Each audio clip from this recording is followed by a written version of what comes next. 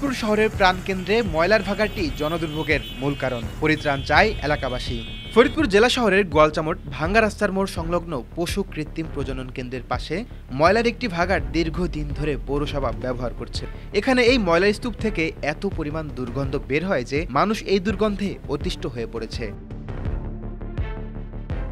এই ময়লার ভাগাড়ের আশেপাশে রয়েছে সানরাইজ প্রি ক্যাডেট স্কুল, পাঠশালা স্কুল, সারদা সুন্দরী উচ্চ বালিকা বিদ্যালয় সহ প্রাইভেট ক্লিনিক, ডায়াগনস্টিক সেন্টার ও বিভিন্ন স্বাস্থ্যসেবা প্রতিষ্ঠান।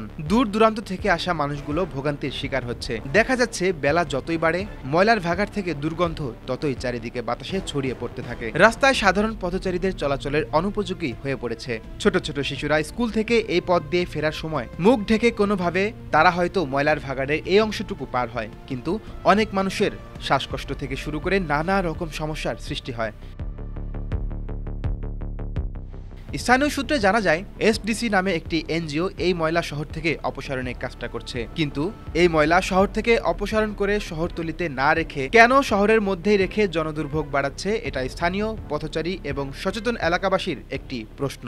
শহরের এই জায়গাটা, এখানে যে ময়লা আবর্জনা রাখে, এখানে আমাদের এই বায়ু দূষণ হয়, প্রচন্ড দুর্গন্ধ। এই জায়গায় একটা স্কুল আছে, এই স্কুলে আমরা বাচ্চা কাচ্চা নিয়ে যাই, এত বাজে পরিবেশ, এত দুর্গন্ধ, এটা আসলে সহ্য করতে পারি না। আমাদের সরকারের প্রতি আমাদের একটা দাবি থাকবে, এখান থেকে যেন এটা অন্য জায়গায় সরাই নিয়ে যায়। হ্যাঁ, আমাদের এই বিষয়টা আমরা সমাধান চাই, এটাই আমাদের একমাত্র চাওয়া। এটা ফরিদপুরবাসীর পক্ষ থেকে, আমাদের জনগণের পক্ষ থেকে এটা আমরা চাই। ময়লার ভাগাড়ের এই জায়গাটিতেই ফরিদপুর জেলার বিভিন্ন থানা থেকে লোকাল পরিবহন এবং মাহেন্দ্র অটোতে এসে ওখানে দাঁড়ায় যাত্রী ওঠানামা করার জন্য। এই জায়গাটিতে বিভিন্ন শহরতলি এবং বিভিন্ন থানা থেকে আগত সাধারণ মানুষগুলো মারাত্মকভাবে ভোগান্তির শিকার হয় দুর্গন্ধের কারণে। পৌর কর্তৃপক্ষের কাছে স্থানীয়দের দাবি, তাদের জনজীবন মারাত্মকভাবে হুমকির মুখে আছে এই দুর্গন্ধের কারণে। অতি দ্রুত এখান থেকে ময়লার ভাগাড়টি অন্যত্র যেন স্থানান্তর করা হয়।